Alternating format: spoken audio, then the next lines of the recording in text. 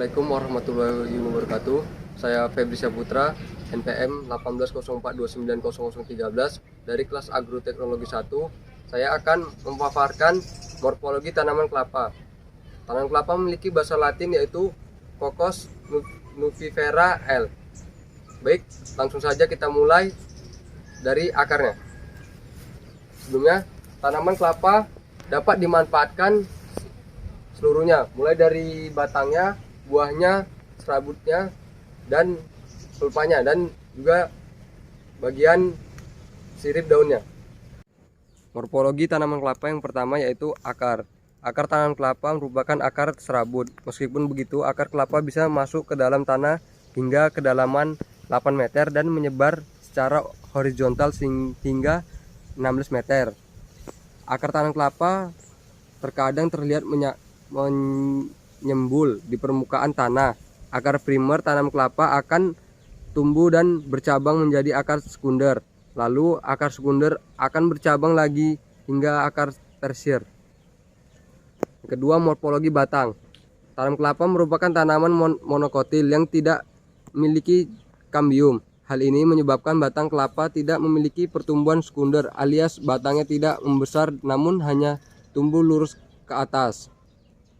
Batang tanaman kelapa hanya memiliki satu titik tumbuh, yakni pada bagian ujung batang. Titik tumbuh tersebut mengikuti arah sinar matahari sehingga kita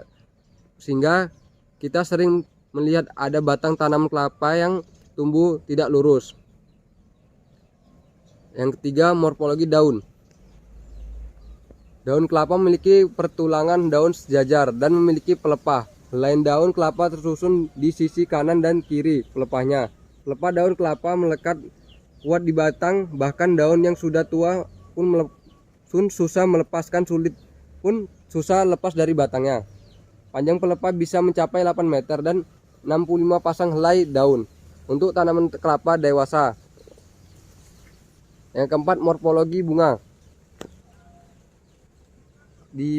Pada tanaman kelapa yang saya paparkan belum memiliki bunga. Bunga kelapa muncul dari ketiak daun atau muncul pada ketiak daun pelepah dan terbungkus oleh seludang atau pelepah. Dan bunga kelapa dikenal dengan istilah inflorescensi atau manggar. Manggar memiliki tangkai utama yang memiliki 30 sampai 40 cabang. Bunga betina terletak pada pangkal cabang. Sedangkan bunga jantan ada di bagian ujung. Yang kelima, morfologi buah. Pada tanaman kelapa yang saya paparkan tidak memiliki buah. Buah kelapa terdiri dari beberapa bagian. Yang pertama, apical atau kulit terluar yang warnanya tergantung varietas kelapa tersebut. Ada yang hijau, kuning maupun orange. Yang kedua, nicocarp yang tidak terkenal sebagai sabut kelapa. Yang ketiga, endocarp atau tempurung kelapa atau biasanya dikenal dengan batok kelapa. Yang keempat yaitu putih kelapa, putih lembaga. Kita mengenalnya sebagai daging kelapa yang bisa dikonsumsi. Yang kelima, air kelapa yang terdiri dari 4% mineral dan 2% gula. Yang keenam yaitu embrio yang merupakan titik tumbuh kelapa jika biji kelapa berkecambah. Demikian hasil paparan tentang morfologi tanaman kelapa yang saya lakukan.